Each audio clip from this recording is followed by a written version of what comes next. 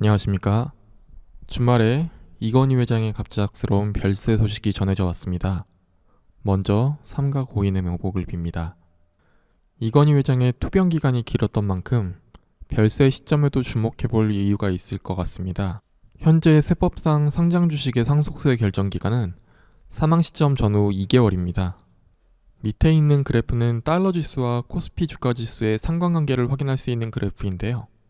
최근 달러 지수가 폭락하면서 원화 가치가 올라가기 시작하였고 코스피를 대표하는 삼성전자의 목표 주가가 계속 상향되는 일이 있었습니다. 나날이 주가가 올라가는 시점에서 상속세 부담도 올라가는 상황이었고요.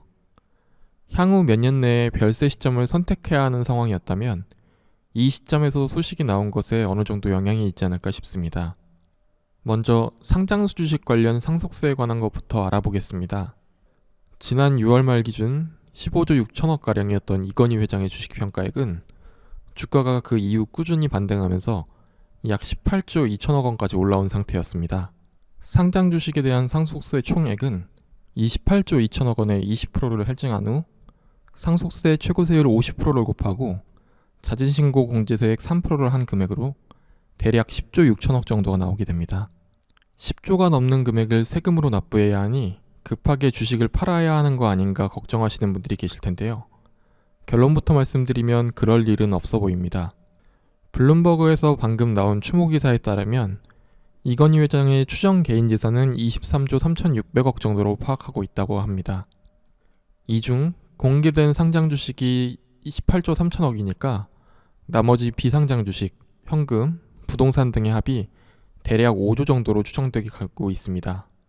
일단 이 중에 10년 동안 삼성전자와 삼성생명 두 회사에서만 받은 배당금이 2조가 넘어가니까 약 현금으로 3조가량을 가지고 있다고 추정할 수 있습니다. 그리고 이 자료는 뉴스타파에서 파악한 이건희 회장 명의 개인 부동산 자료의 일부분인데요. 이 부동산의 시가들만 대략 1조 원가량, 공개되지 않은 부동산까지 합치면 약 이것도 2조에서 3조 원가량으로 추정하고 있습니다. 즉, 주식 관련 상속세 외에도 5조가량의 현금과 부동산 자산을 보유하고 있으며 이 중 50% 정도를 상속세로 납부할 것으로 보이니까 총 납부해야 할 상속세는 13조 1천억가량. 일시납으로 이 금액을 납부하기는 당연히 어려우니까 상속 당시에 6분의 1을 납부하고 5년에 걸쳐서 나머지를 분할 납부하는 상속세 연부연납 제도를 이용하여 상속세를 정리한다고 가정하겠습니다. 분할 납부 시 할증 등을 고려하면 당장 올해 말까지 납부해야 하는 상속세는 2조 2천억 원입니다. 그리고 향후 5년간 2조 2천억씩을 매년 추가로 납부해야 한다는 계산이 나오게 됩니다.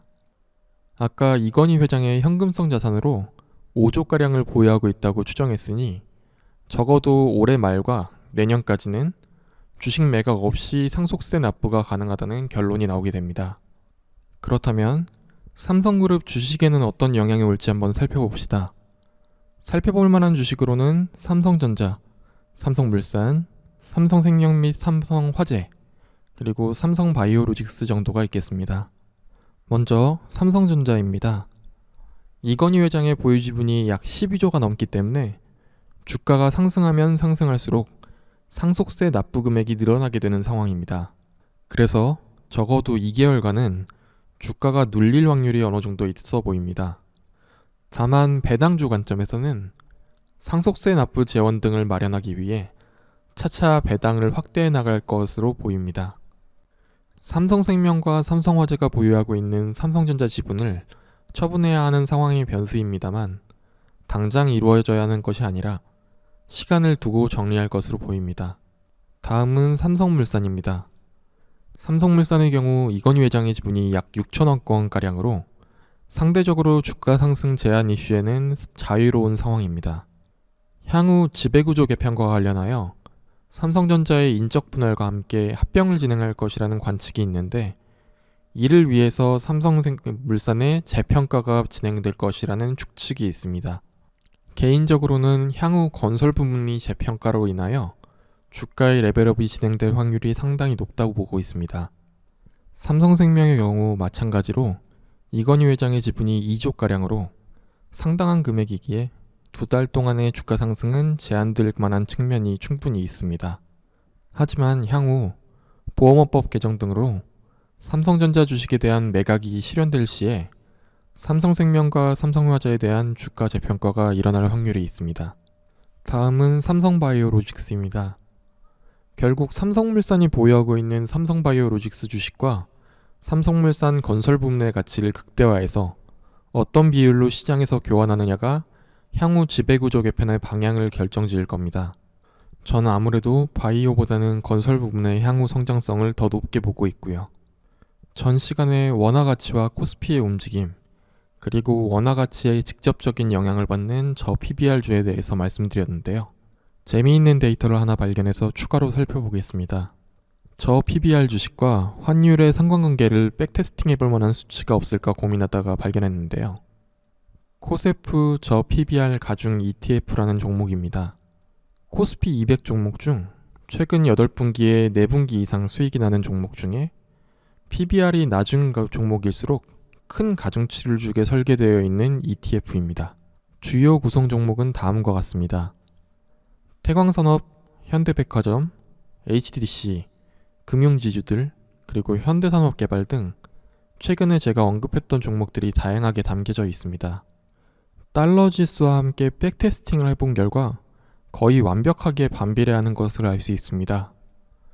최근 환율 변동에 따라 저 PBR주들이 상승하는 것에 대한 자료로도 충분히 이용 가능할 듯 하고요.